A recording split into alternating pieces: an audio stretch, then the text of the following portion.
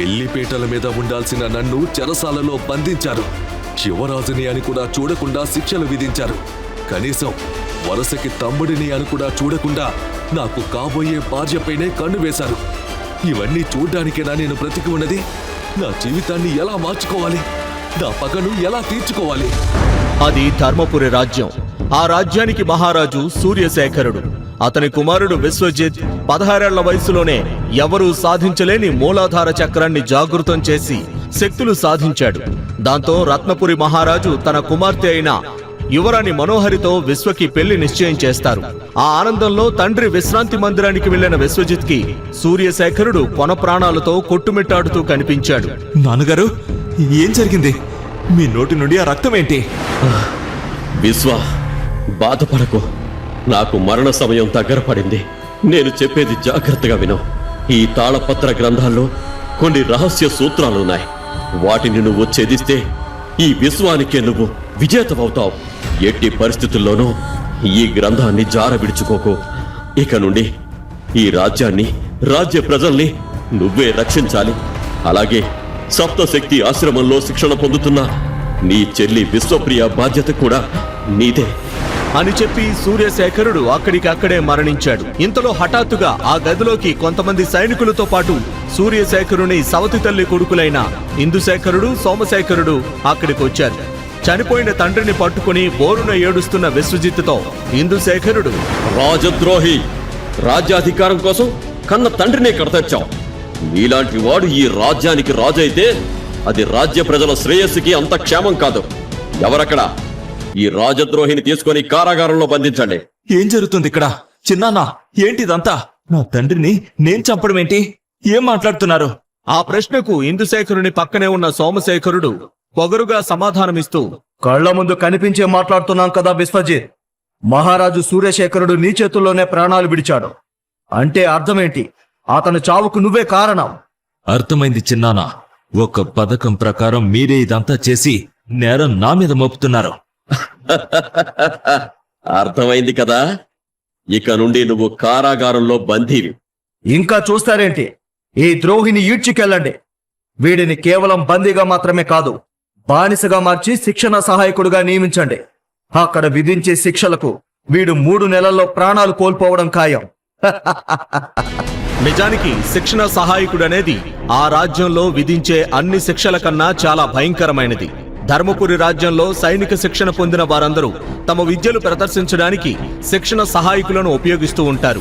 ఒక రకంగా చెప్పాలంటే వీరిని సైనికుల చేతిలో దెబ్బలు తినే బొమ్మల్లాగా చూస్తారు.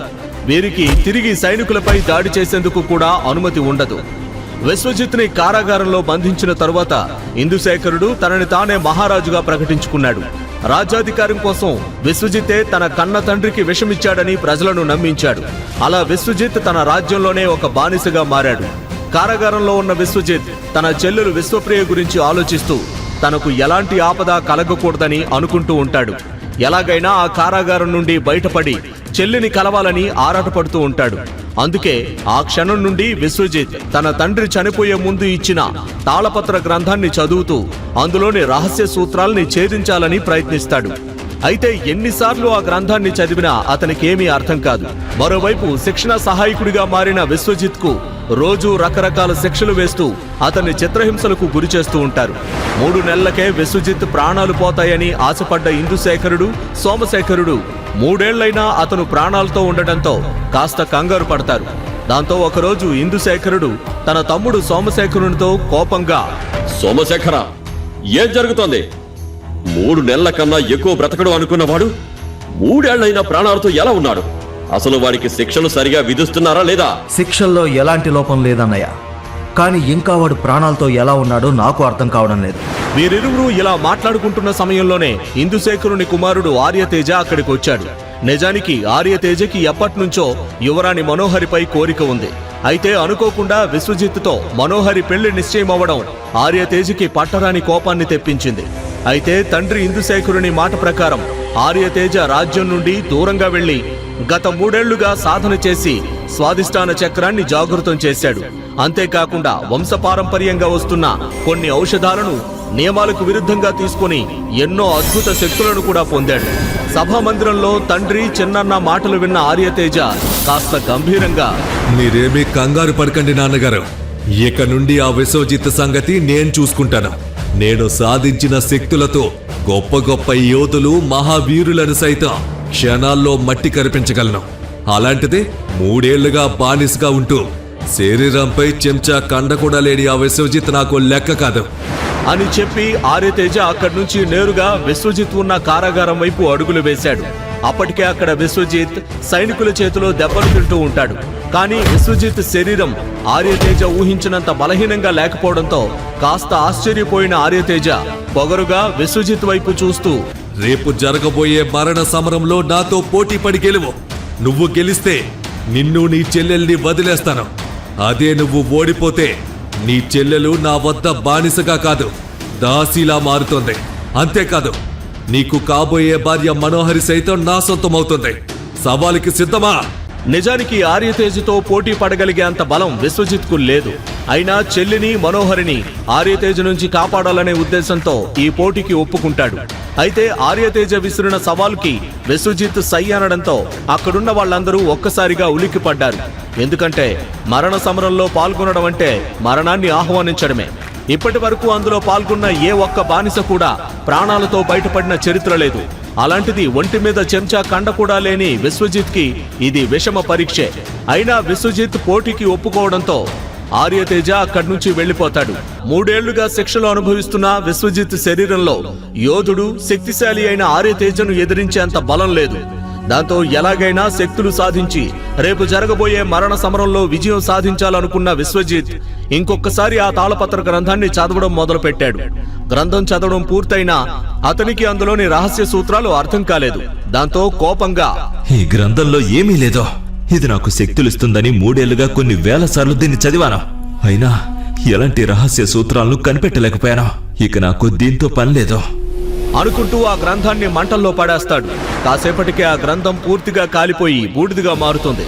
దాంతో కోపం చల్లారిన విశ్వజిత్ ఆ బూడిద వంక బాధగా చూస్తూ, అంతా అయిపోయింది. రేపు జరిగే మరణ సమరంలో నేను ఓడిపోవడం మాత్రమే కాదు, నన్ను నమ్ముకున్న నా చెల్లి, నా కోసం ఎదురు చూస్తున్న నా ప్రేయసి కూడా ఓడిపోబోతున్నారు. ఒక మగాడిగా ఇంతకు మించిన అవమానం నాకు మరొకటి ఉండదు అనుకుంటూ ఉండగా ఆ ప్రాంతమంతా ఒక్కసారిగా తెల్లటి వెలుగుతో నిండిపోయింది. అక్కడున్న బూడిదలో నుండి ఒక బంగారు పత్రం బయటపడింది. అందులో నుండి ఒక ముసలి వ్యక్తి బయటకొస్తాడు. అతన్ని చూసిన విశ్వజిత్ ఒక్కసారిగా భయాందోళనలకు గురవుతాడు. దాంతో కంగారుగా ఆ ముసలి వ్యక్తి వంక చూస్తూ, ఎవరు మీరు? నేను జనార్దన మహర్షి, మహారాజు సూర్యశేఖరుడు, అదే మీ నాన్నగారికి పాత స్నేహితుడిని. కొన్ని కారణాల వల్ల నేను కొన్నాళ్ళుగా ఈ తాళపత్ర గ్రంథాల్లో ఉన్నాను. సూర్యశేఖరుడు మరణం సమయంలో నేను ఎలాంటి సహాయం చేయలేకపోయాను. ఇప్పుడు నీకు సహాయం చేసి నా బాధ్యత నెరవేర్చుకుంటాను. నిజంగా మీరు నాకు సహాయం చేయగలరా మహర్షి? ఖచ్చితంగా విశ్వ. రేపు జరగబోయే మరణ సమరంలో నువ్వు విజయం సాధించేలా నేను నీకొక మంత్రాన్ని చెప్తాను. దాన్ని నువ్వు ఉదయంలోగా కనీసం 1000 సార్లు పఠించగలిగితే రేపు గెలుపు నీదే అంటూ ఆ మహర్షి ఒక మంత్రాన్ని విశ్వజిత్ చెవిలో చెప్తాడు. ఆ మంత్రం చదువుతున్న ప్రతిసారి విశ్వజిత్ బలం పెరుగుతున్నట్లు అతనికి అనిపిస్తుంది. దాంతో విశ్వజిత్ ఆ మహర్షికి ప్రణామం చేసి కళ్ళు మూసుకుని ధ్యానంలో కూర్చొని ఆ మంత్రాన్ని పఠించడం మొదలు పెడతాడు. కాసేపటికి మహర్షి అక్కడి నుంచి మాయమైపోతాడు. అయితే విశ్వజిత్ కారాగారం ముందు కాపలాగా ఉన్న ఒక భటుడు విశ్వజిత్ కారాగారం మొత్తం వెలుగుతో నిండిపోవటం, ఆ తర్వాత విశ్వజిత్ ధ్యానంలో కూర్చొని మంత్రాలు చదవడం చూసి వెంటనే ఆ విషయాన్ని ఆర్యతేజ వద్దకు వెళ్లి చెప్తాడు. దాంతో ఆర్యతేజ తన సైనికులతో కలిసి ఒక భయంకరమైన ప్రదేశానికి వెళ్తాడు. అదే అఘోరా గుహ. లోపలికి వెళ్లిన ఆర్యతేజ అఘోరాతో, అఘోరా, రేపు జరిగే మరణ సమరంలో ఆ విశ్వతేజ ఎట్టి పరిస్థితుల్లోనూ గెలవకూడదు. అందుకేం చేస్తావు? వచ్చేయ్. ఖచ్చితంగా మహారాజా. అయినా నీకు తెలుసు కదా, గత 3 ఏళ్లుగా నా పథకం ప్రకారమే విశ్వజిత్ శక్తిహీనుడిగా మారాడు. అలాగే ఎన్నో ఏళ్లుగా ఈ రోజు కోసమే నేను ఎదురు చూస్తున్నాను. రేపు విశ్వజిత్ ఆ మైదానంలోకి అడుగు పెట్టగానే ఏం జరుగుతుందో మీరే చూస్తారుగా. అఘోరా మాటలతో ఆర్యతేజ అక్కడి నుంచి ప్రశాంతంగా వెళ్లిపోతాడు. మరోవైపు కారాగారంలో ఉన్న విశ్వజిత్ మహర్షి చెప్పిన మంత్రాన్ని జపిస్తూ ఉంటాడు. చూస్తూ ఉండగానే రాత్రి గడిచిపోయింది. సూర్యుని వెలుగు విశ్వజిత్ ముఖాన్ని తాకే సమయానికి అతను ఆ మంత్రాన్ని 1000 సార్లు పఠించడం పూర్తి చేస్తాడు. కాసేపటికి ఆర్యతేజ పోటీకి సిద్ధమై ఆ మైదానంలో అడుగు పెడతాడు.